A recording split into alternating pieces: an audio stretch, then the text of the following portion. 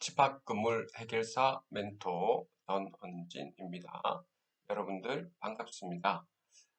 오늘 판례 공부 2022년 9월 15일자를 할 텐데 여기에 대한 여기 판례 공부를 한번 보시면 1번, 2번, 3번, 4번까지는 구체적인 사례는 나와 있지는 않습니다. 여기 5번부터는 여기 보시면 갑의 상속인인 을과 병에게 이렇게 해서 구체적인 내용이 나와져 있죠. 그렇죠? 그래서 제가 볼 때는 오늘은 여러분들 1, 2, 3, 4분만 하도록 하고 또 제가 시간이 될 때 여러분들에게 그 다음 부분을 또 살펴보도록 하겠습니다. 오늘은 좀 천천히 좀 하도록 할게요. 먼저 여러분들 여기 보시면은 법원이 과실상계를 함에 있어서 피해자의 공동 불법 행위자, 자 여기서 보시면 그 공동 불법 행위자라고 되어 있습니다. 공동 불법 행위자, 이게 좀 살펴보셔야 됩니다. 각 인에 대해서 과실 비율이 서로 다른 경우에 피해자의 과실을 평가하는 방법이라고 이렇게 주어져 있는 거죠. 자, 먼저 여러분들 우리가 이걸 한번 유추 적용을 여러분들하고 같이 한번 해보시면 어떻겠나 싶습니다. 제가 이렇게 여러분들한테 말씀드리고 있는 부분이 제가 이렇게 판사도 아니고 그렇다고 해서 변호사도 아니지만 제가 여러분들께 이렇게 말씀드리는 부분은 이게 지금 판례 공부를 보고 하자는 이유는 우리 그 사고의 흐름, 그 논리의 흐름, 그리고 지식의 어떤 흐름을 여러분들 스스로가 깨치기를 바라는 마음에 제가 이런 말씀을 좀 드리고자 하는 겁니다. 먼저 여러분들 여기에 우리가 좀 살펴보셔야 될 부분이 이렇게 한번 볼게요. 여기에 피해자가 있다고 하겠습니다. 여기에 피해자가 이렇게 있고 여기 P라고 이렇게 하겠습니다. 피해자. 그 다음에 그 가해자가 있다고 하겠습니다. 자, 요거는 제가 그 가라고 이렇게 하도록 할게요. 이걸 갖다가 P라고 이렇게 할까요?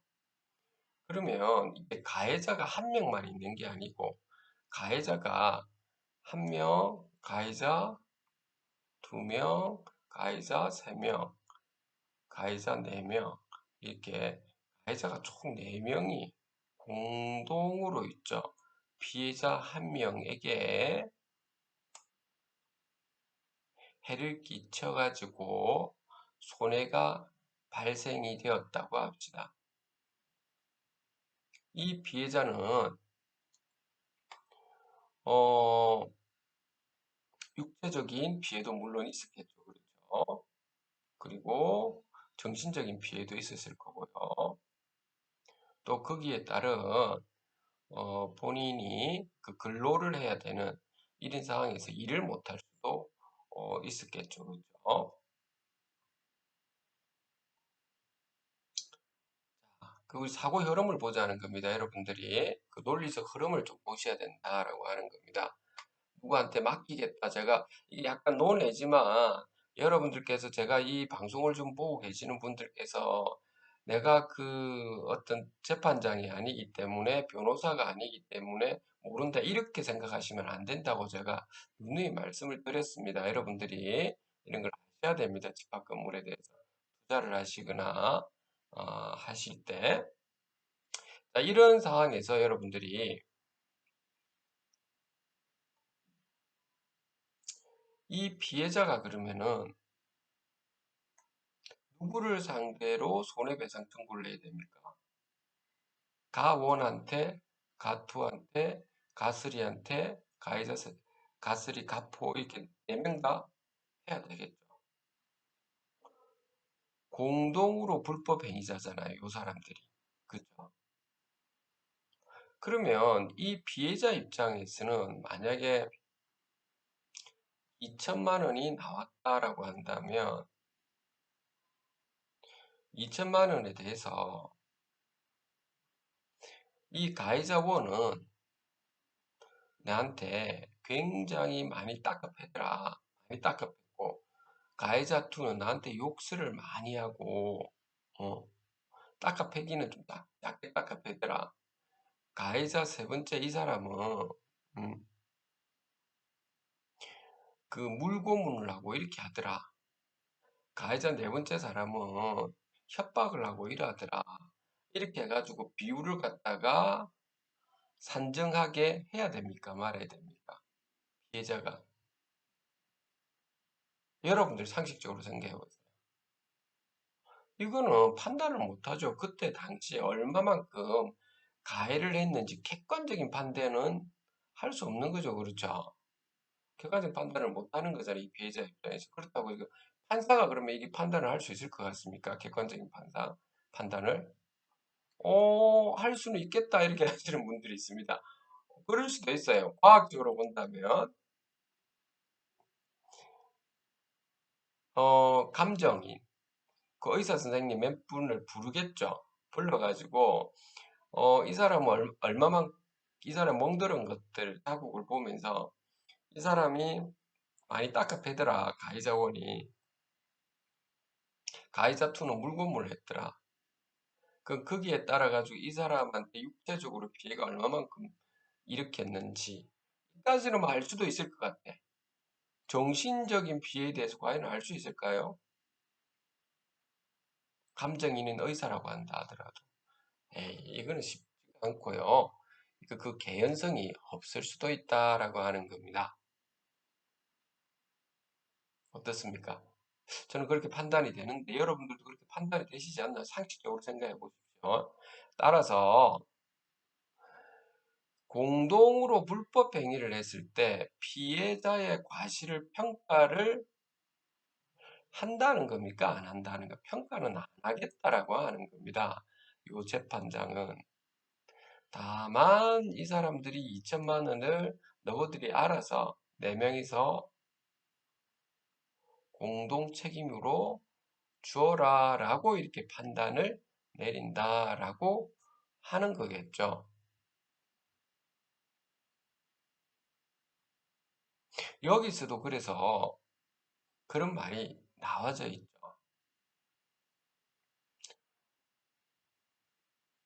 피해자의 공동 불법 행위자 각인에 대한 각각의 이 4명에 대한 과실 비율이 서로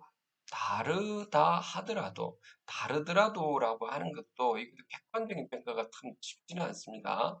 피해자의 과실을 공동 불법 행위자 확인에 대한 과실로 자 여기서 중요한 부분이 저는 볼 때 이거라고 봅니다. 개별적으로 뭐라고 했습니까? 평가하지가 않는다고 했습니다. 그리고 그들 전원에 대한 과실로 전체적으로 평가하는 것이 원칙이다라고 하는 거죠. 그런데 공동 불법 행위자의 관계는 아니지만 서로 별개의 원인으로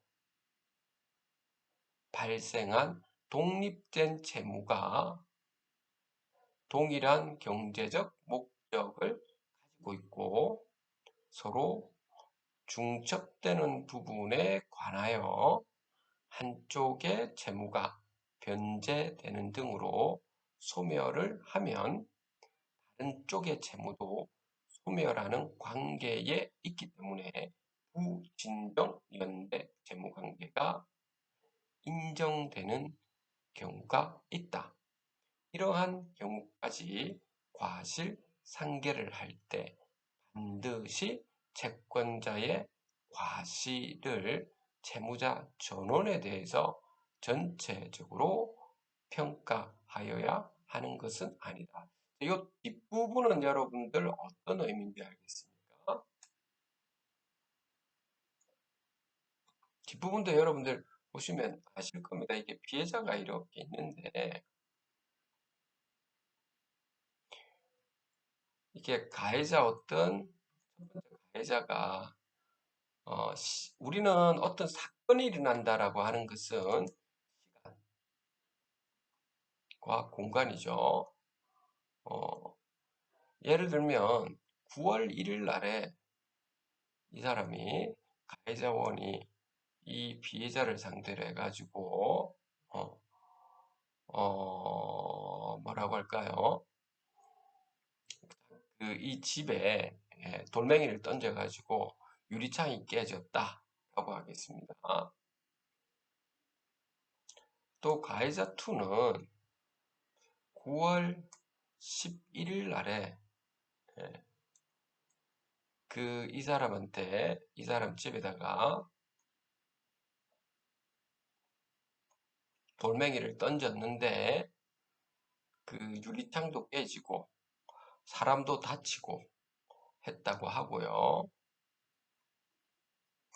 가해자 3 같은 경우는 돌멩이 던졌는데 9월 20일 날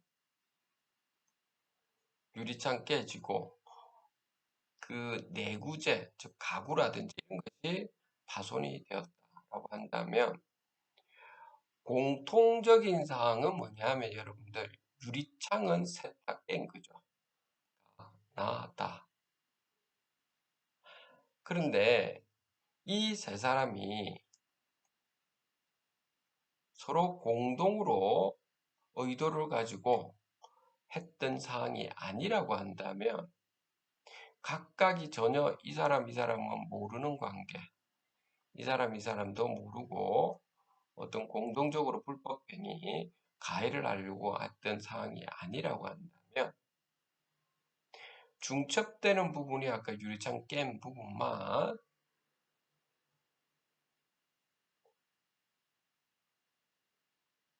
부진정, 연대, 채무관계가 인정되는 부분이겠죠. 자, 그렇게 여러분들이 살펴보시면 되겠죠. 그 이해가 되실 거라 봅니다. 이 부분도. 그래서 제가 지우도록 할게요. 두 번째 한번 볼까요?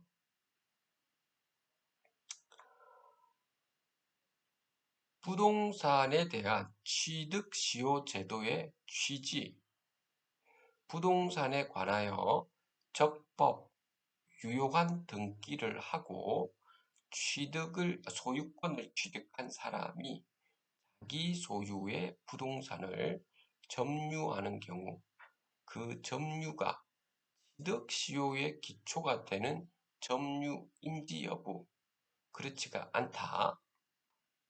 위 점유를 취득시효의 기초가 되는 점유로 볼 수 있는 예외적인 경우 이렇게 나는데, 자, 이게 무슨 말이냐면 소유권하고 취득시효의 지금 다른 점에 대해서 여기서 이야기를 좀 했습니다. 자, 부동산에 대해서 여기 취득시효 제도의 존재 이유가 뭐냐면 부동산을 점유하는 상태라고 하는 겁니다. 상태가 오랫동안 계속이라는 부분도 들어가 있죠. 계속된 경우에 권리자로서 취득 권리자로서 외형을 지닌 사실 상태를 존중하여 이를 진실한 권리 관계로 높여 보함으로써, 자, 여기 외형을 지닌 사실 상태를 존중한다는 겁니다. 요, 자, 요 부분은 여러분들이 좀 잘 좀 알아두셨으면 합니다. 외형을 지닌 사실 상태를 존중한다는 거. 그래서 법 질서의 안정을 도모하고 장기간 지속된 사실 상태는 진실한 권리 관계와 일치돼 자, 개연성이 높다는 사실을 고려하여 자, 여러분들 여기서 저는 좀 중요하게 생각하는 개연성입니다. 자, 우리가 여러분들 학창 시절 때 그 확률이라고 좀 배웠을 겁니다. 확률이란 거. 우리가 여기서 동전이 하나가 있는데 우리가 이렇게 그 모래가 아닌 딱딱한 어떤 책상이 있다고 한다면 그 책상 내에서 동전 하나를 던진다고 하면 보통의 우리 그 동전들은 떨어졌을 때 하나가 앞면 또는 뒷면이 나오게 될 겁니다. 이렇게 동전을 던졌을 때 앞면 또는 뒷면이 나올 것이다 라고 하는 부분이 있죠. 현실적인 가능성이 아주 높은 거, 현실이 붙어 있습니다. 현실적인 가능성이 아주 높죠. 자, 이것을 우리는 개연성이 이, 이, 높다. 개연성이 지금 많다. 뭐 이런 이야기를 하게 되는 것이죠. 그런데 반해서 이게 동전을 하나를 내가 어, 던졌는데 갑자기 사라졌다고 하겠습니다. 뭐 마술로 이렇게 할 수는 있겠지만 일반적으로 그렇지 않다면 그 동전을 하나 던졌는데 갑자기 사라졌다. 또는 동전을 하나가 던졌는데 우리 일반 동전입니다. 500원짜리, 100원짜리 이런 동전을 던졌는데 그 딱딱한 책상을 뚫어버렸다. 이것은 현실적인 가능성이 없는 거죠. 그러니까 이런 부분을 우리는 개연성이 지금 낮다라고 이야기하는 거죠. 자, 그래서 어떤 말씀인지 아시겠죠? 개연성이 높다는 사실 이 부분은 결국에 음, 점유하는 상태가 오랫동안 계속되었고 그렇죠. 외형을 지닌 사실 상태를 뭐란다? 존중을 해줘야 된다는 거죠. 그죠? 자, 이것이 개연성이 있는 조건으로 들어갔다라고 하는 겁니다. 그래서 최종적으로는 여기서 말하고자 하는 것이 그래서 권리관계에 관한 분쟁이 생긴 경우에 점유자의 정명곤란을 구제하는 데 있다라고 하는 거죠. 그 이유가 뭐냐면 개연성이 높기 때문에 그렇다는 거고 그 근거가 무엇이냐라고 하면 이러한 세 가지가 나온다라고 하는 것이죠. 1번, 2번, 3번이다. 이렇게 나오게 된다라고 하는 겁니다. 자, 이에 반해서 두 번째 한번 보겠습니다. 좀 느리게 가더라도 좀 이해를 해 주십시오. 오늘은 좀 천천히 한번 해보겠습니다. 그런데 반해서 부동산에 관하여 적법 유효한 등기를 하고 소유권을 취득한 사람이 자기 소유의 부동산을 점유하는 경우에는 특별한 사정이 없는 한 그러한 점유는 취득시효의 기초가 되는 점유라고 할 수가 없다라고 되어져 있죠.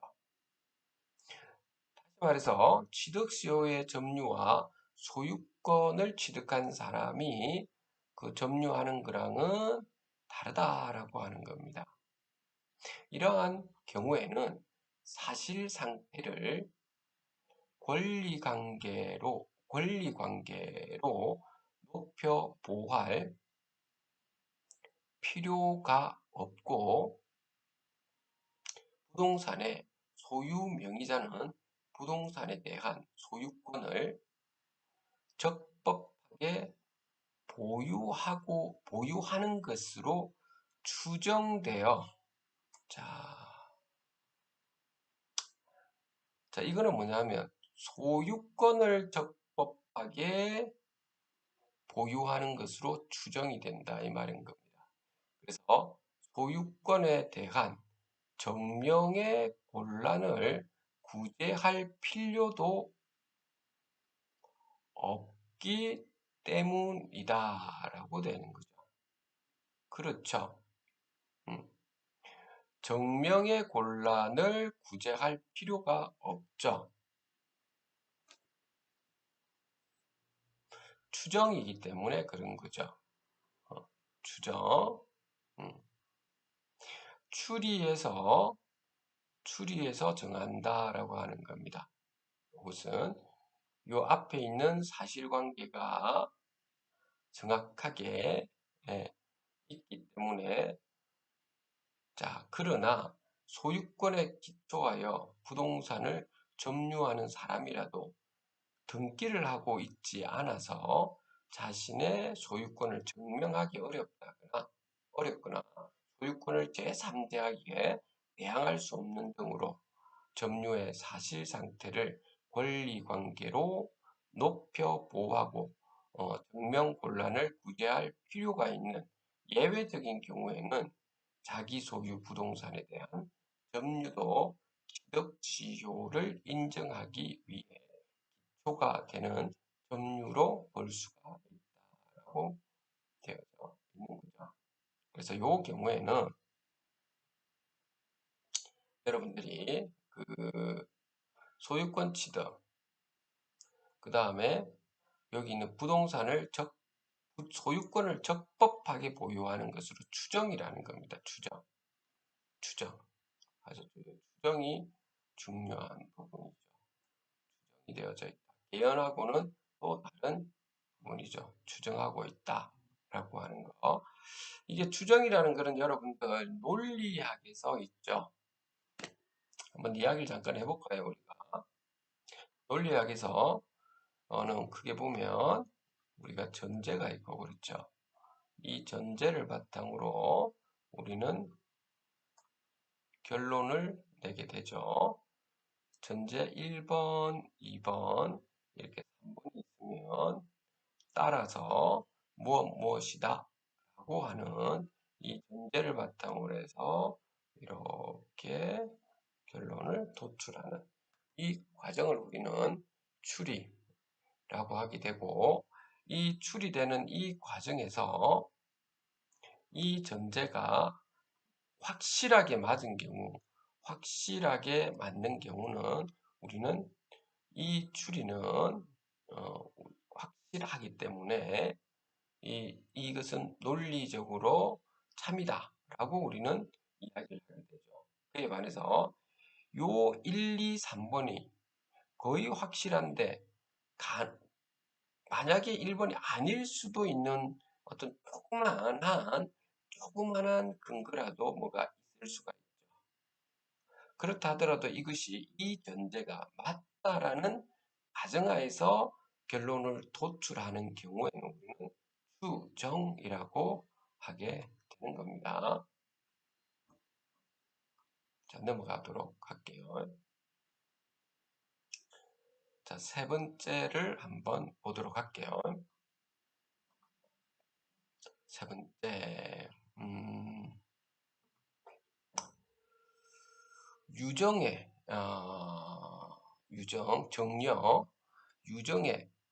철회에 관한 민법 제1108조 제1항이 사인 정려에 준용되는지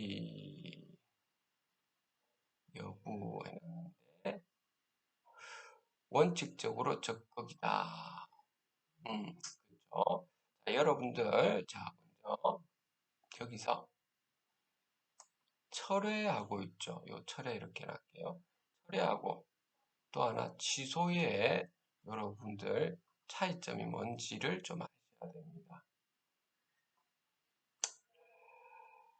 자, 요거를 예를 들어서 할게요, 여러분들. 사인정려라고 하는 거는 사인정려. 예를 들어서 A라는 사람이 요 B라는 사람한테 예, 내가 너한테 이 건물을 하나 주겠다라고 했다 합시다. 꼬마 빌딩 5층짜리를 주겠다. 물론 대지까지 토지까지 다 포함합니다. 다 주겠다. 예를 들어서 하도록 합시다. 그런데 안서 조항이 붙어 있습니다. 정리를 하는데 내가 죽고 나면 주겠다라고 했다고 합니다. 이걸 우리는 보통 사인 정려라고 하게 되죠. 죽고 나면 조건이 죽고 나면 주겠다라고 하는 거죠. 죽고 나면. 자, 그렇지만 이게 그러면 우리 2012년, 2021년 9월 26일자에 했다고 합시다. 죽고 나면 주기 때문에 아직까지 이 B한테 이 부동산이 소유권으로 가지가 않았죠. 이전되지가 않았잖아요. 그렇죠? 효력이 그러면 부동산이 소유권으로 안 갔으니까 죽고 나면 준다고 했기 때문에 부동산의 이전에 대한 소유권에 대해서는 효력이 발생했습니까? 안 했습니까? 발생이 안 한 거죠. 계약은 성립되었다 하는데 실제 부동산이 이전이 안 된 거죠. 이것을 우리는 아직까지 효력은 발생을 안 했다는 거, 효력이. 자, 여기서 중요한 것은 효력이 발생을 안 했는데, 그런데 이분이 이게 준다고 했다가 이 사람이 너무 이상한 것 같아, B라는 사람이. 그래서 2021년 뭐 12월 24일 날 이 사람한테 나는 이 사인 정리에 대한 이 계약을 파기하겠다라고 한다면 그 파기하는 부분 이걸 철회라고 하는 겁니다. 취소는 이런 개념이 아니고 여러분들 취소는 위임처럼 있죠. 위임처럼 A라는 사람이 B라는 사람한테 여러분들 같은 경우 호텔 같은 경우 그렇죠. 요 운영사한테 맡기겠다고 위임 계약을 했다고 합시다. 위임 계약. 그러면 앉아 그 계약을 한 그 뒤부터 바로 운영을 이쪽에 맡긴 거죠. 운영을 하는 거죠. 그런데 그럼 효력이 바로 발생한다는 겁니다. 계약을 하고 난 다음 날부터 효력이 바로 발생하고 그러다가 뭐 6개월 뒤에 이게 마음에 안 든다라고 해서 A가 이 운영 우인 계약을 취소를 하는 거죠. 파기한다, 취소한다. 이렇게 한다는 겁니다. 그 차이점은 아실 겁니다, 이제. 시간이 너무 많이 흘러갔네. 자, 그래서 여러분들께서 오늘 지금 이야기하고 있는 이 부분을 좀 천천히 가고 있는데 여러분들 빨리 돌려서 보십시오. 빨리 돌려서. 뭐 1.5배속이나 2배속으로 이렇게 보시면 좀 편하실 겁니다. 그래서 여기서 우리가 보는 부분이 뭐냐면 똑같은 상황이라는 겁니다. 여기 아까 어떤 상황이 똑같으냐면 자, 유정의 철회라고 돼 있죠. 이건 사인 정려에 준용을 한다라고 하는 거죠. 사인 전형에. 이게 유정도 마찬가지 아니겠습니까? 그렇죠?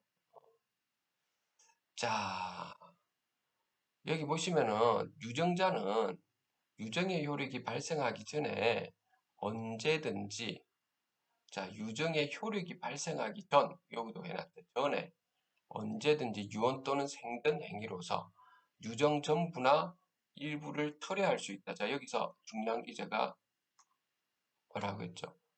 효력이 발생하기 전에, 효력이 발생하기 전에 철회할 수 있다. 이 부분이 좀 중요한 겁니다. 자, 어떤 사항인 줄 아시겠죠? 자, 이 정도 말씀드리고 요거는 넘어가도록 할게요. 마지막 보도록 하겠습니다. 4번인데, 오늘은 여기까지만 해야 되겠네요. 30분이나 걸렸습니다. 오늘은 여기까지만 하고, 다음 시간에 4번 좀 빨리 하고, 5번부터 이렇게 진행을 하도록 하겠습니다. 오늘 여기까지 하도록 할게요. 감사합니다.